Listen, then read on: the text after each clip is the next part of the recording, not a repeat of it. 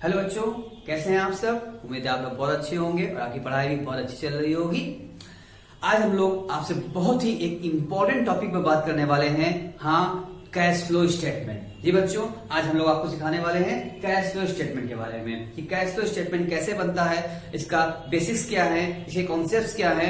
हर बच्चों को लगता है इसका कैश फ्लो स्टेटमेंट बहुत डिफिकल्ट है, बहुत टफ, जल्दी आंसर नहीं आता है, बट नहीं, हमारे बताने के बाद और आपको ये देखने के बाद अब आप ये कभी नहीं कहेंगे कैश फ्लो स्टेटमेंट टफ होता है। जो आपके एग्जाम में कंपलसरी होता है, आता ही आता है, 100% श्योर रहता है कि कैश फ्लो का एक क्वेश्चन आपके एग्जाम में आना ही आना है। हर बार, हर साल, हर अटेम्प्ट में पूछना ही पूछना है एग्जामिनर को। क्यों?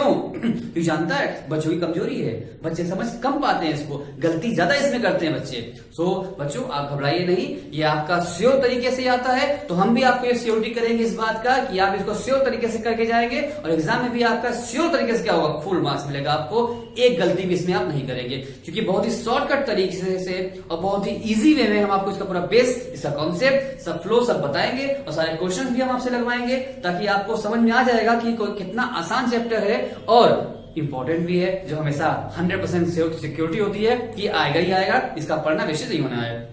बच्चों, ये बहुत इंपॉर्टेंट टॉपिक है, इसको हमारे साथ आप ध्यान से पढ़िए, ध्यान से कवर करिए और बहुत ही कम समय में, बहुत ही इजी वे में, बेस के साथ, कॉन्सेप्ट के साथ इसको हम आपको बताना है और आप ध्यान से सुनेंगे तो ये हमारा वादा है आपसे। कैश फ्लो में कभी भी आपको गड़बड़ नहीं होगा, कैश फ्लो में कभी भी कोई भी आप दिक्कत महसूस नहीं करेंगे और एक एक बार में आपका आंसर आता जाएगा और आपको लगाने में अच्छा भी लगेगा और कैश फ्लो आपका अपना हो जाएगा हमेशा के लिए। तो अभी हम लोग शुरू करेंगे कैश फ्लो। हाँ, अगर आपने हमारे चैनल को सब्सक्राइब कर दिया है तो आपका बहुत बहुत धन्यवाद है। अगर अभी सब्सक्राइब नहीं किया आप लोगों ने तो आप हमारे चैनल को सब्सक्राइब कर दीजिए और साथ साथ बेल आइकन को भी क्लिक कर दीजिए ताकि हमारे आगे भी कैश फ्लो से रिगार्डिंग और भी अच्छी अच्छी वीडियोस और अच्छी अच्छी क्लासेस जो होगी, मेरी कॉन्सेप्चुअल क्लासेस जो होगी, जो आपके लिए बहुत फायदेमंद होगी, वो आपको आसानी से मिल सके। ये अवसर आपके हाथ से जाए ना पाए, इससे आप चूक न जाएं। ठीक है बच्चों, तो आइए हम शुरू करते हैं कैश फ्लो स्टेटमेंट के बारे में बेसिक्स। इसके बाद भी हम क्या करेंगे, आने वाली तो मेरा पार्ट 1 वीडियो होगा, इसके बाद भी बहुत सारे वीडियो अपलोड होंगे जो कि आपको सारे कैश फ्लो स्टेटमेंट के बारे में पूरी जानकारी दी जाएगी आप लोगों को और आपको आ भी जाएगा।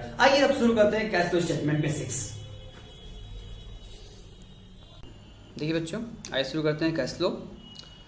जो हमारा कैश फ्लो होता है वो, अब कैश फ्लो जो होगा दो प्रकार से होगा। एक तो होता है कैश फ्लो का इनफ्लो, जो पैसा आता है उसको बोलते हैं कैश का इनफ्लो होना, और दूसरा इसमें होता है कैश का आउटफ्लो।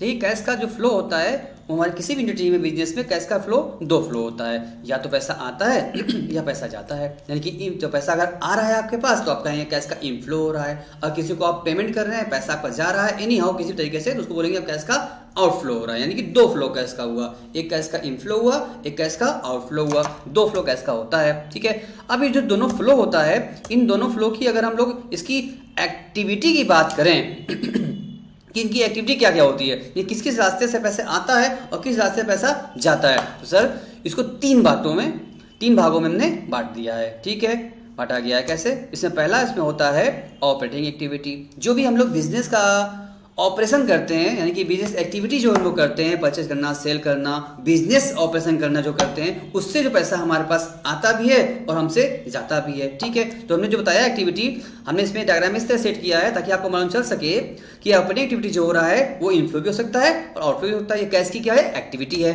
अगर इसकी दूसरी बात करते हैं इसको बोलते हैं फाइनेंसिंग एक्टिविटी मतलब जो पैसा हम फाइनेंस करते हैं कैपिटल के थ्रू, लायबिलिटीज में जो हम दिखाते हैं कैपिटल पैसा आया हमारे पास, फाइनेंस हुआ है, उसको बोलते हैं फाइनेंस एक्टिविटी। या हमने लोन लिया है, लॉन्ग टर्म बोरिंग किया है यूज पैसे को, उसको बोलते हैं फाइनेंसिंग एक्टिविटी। उसके बाद मेरी होती है इन्वेस्टिंग एक्टिविटी। नहीं, जो पैसा हमने फाइनेंस करके लाया, ठीक है, उस पैसे को बिजनेस जो इन्वेस्ट करते हैं, जैसे प्लांट, मशीनरी, बिल्डिंग, फर्नीचर, ये सब हमने परचेज किया, इसको बोलते हैं हम लोग इन्वेस्टिंग एक्टिविटी। यानी कि तीन एक्टिविटी आप सामने है।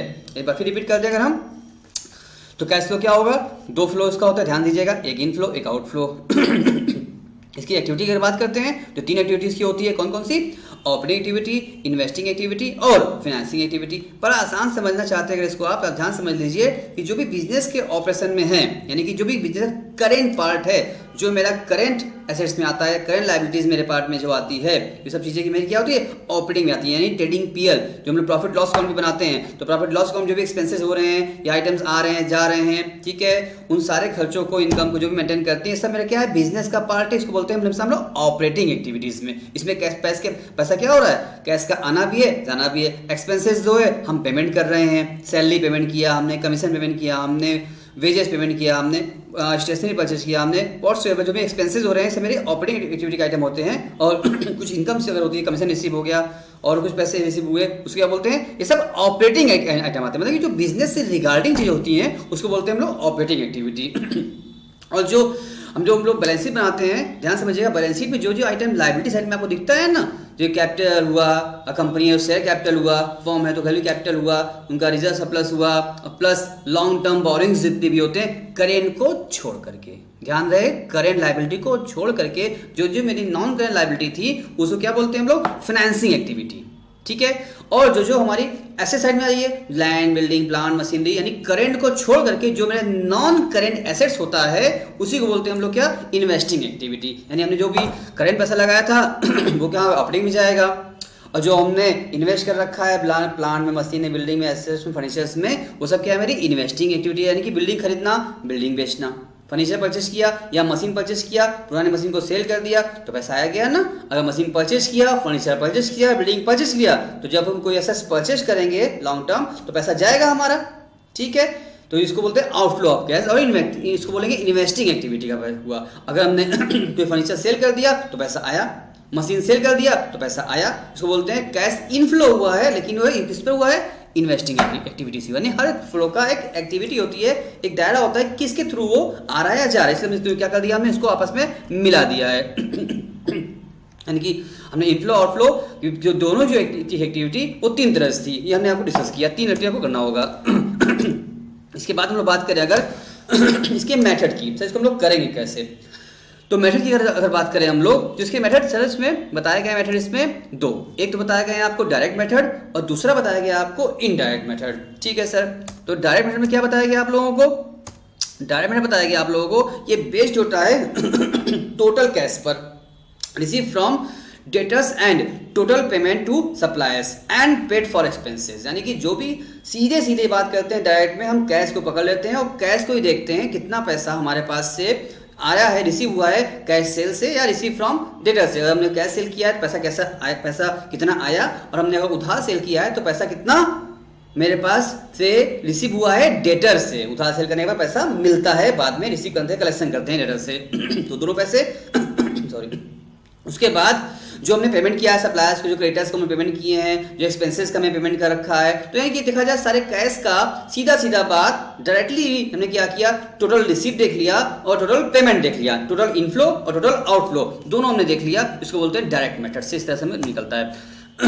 अगर इनडायरेक्ट की बात करें तो इनडायरेक्ट मेथड होता है हमारा, वो बेस्ड होता है प्रॉफिट लॉस पर। बहुत सिंपल सी बात, ध्यान समझिए, आपको बहुत दिक्कत नहीं होने वाली है, बहुत ही आसानी से आपको समझ में आने वाला है, बड़ा सिस्टम हमने सेट कर रखा है। तो बेस्ड ऑन क्या है, प्रॉफिट है, लॉस पे होता है। ये accounting standard 3 as per accounting standard 3 which has been issued by ICAI Institute of Chartered Accountant of India ने क्या किया, इशू कर रखा है AS3, उसी पर बेस्ड पर क्या किया गया, AS3 फॉलो किया गया है। तो हम लोग एग्जाम में भी क्या होता है, AS3 के ही क्वेश्चन पूछे जाते हैं, इसी बेसिस पर हमको लगाना होता है, जिसमें क्या होता है हम पहले PL को बेस पकड़ते हैं कि फिर प्रॉफिट लॉस कितना हमको आया है उसको हम पहले बेस ले लेते हैं, और प्रॉफिट लॉस बेस लेने के बाद उसमें क्या करते हैं हम एडजस्टमेंट कर लेते हैं। इसमें क्या करते हैं, नॉन ऑपरेटिंग और नॉन कैश आइटम को हम हटा देते हैं, तो क्या बचता है सामने, सिर्फ कैश बचता है हमारे सामने। और वही क्या होता है, फ्रॉम ऑपरेशन बचता है कि हमें इस बिजनेस एक्टिविटी से कितना कैश मिला ये हमको मिल जाता है इनडायरेक्ट तरीके से। यानी कि पहले क्या हो गया, हमने क्या किया, पहले डायरेक्ट में बात करते हैं अगर, तो सीधा सिर्फ कैश ही पकड़ लिए थे, जितना पैसा आया कितना पैसा गया, इनफ्लो आउटफ्लो देख चेक कर लिया।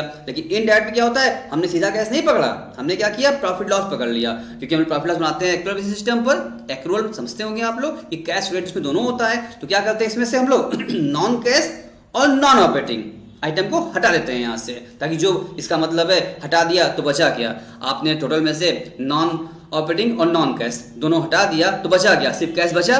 इसका मतलब इसको बोलते हैं इनडायरेक्ट मेथड, जो कि PL थ्रू हमको मिल पाता है। ठीक है, तो उम्मीद करते हैं कि आपको ये समझ में आया होगा। ये इसमें कोई दिक्कत की बात नहीं है, कोई परेशानी नहीं है, कोई डिफिकल्ट टॉपिक भी नहीं है, बहुत सिंपल सी टॉपिक है। भले लोग बच्चों को लगता है डिफिकल्ट है, बट ये डिफिकल्ट नहीं है। हमारे साथ साथ आप देखते जाएंगे, हम आपको बहुत ही आसान तरीके से इसको खत्म करेंगे और आपको आसान तरीके से आ भी जाएगा और आपका अपना हो जाएगा और बहुत इजी वे में आप कोई भी क्वेश्चन लगा लेंगे। तो हम आगे वाले और वीडियो में, अगले क्लासेस में हम क्या करेंगे, और भी इससे रिगार्डिंग कॉन्सेप्ट्स और क्वेश्चंस भी लेकर के हम आएंगे आपके लिए। ठीक है, अभी फिलहाल हमने एक बेसिक दिया है, एक फंडामेंटल बताया कैश फ्लो के बारे में, इसके बाद और भी बात करेंगे। ठीक है।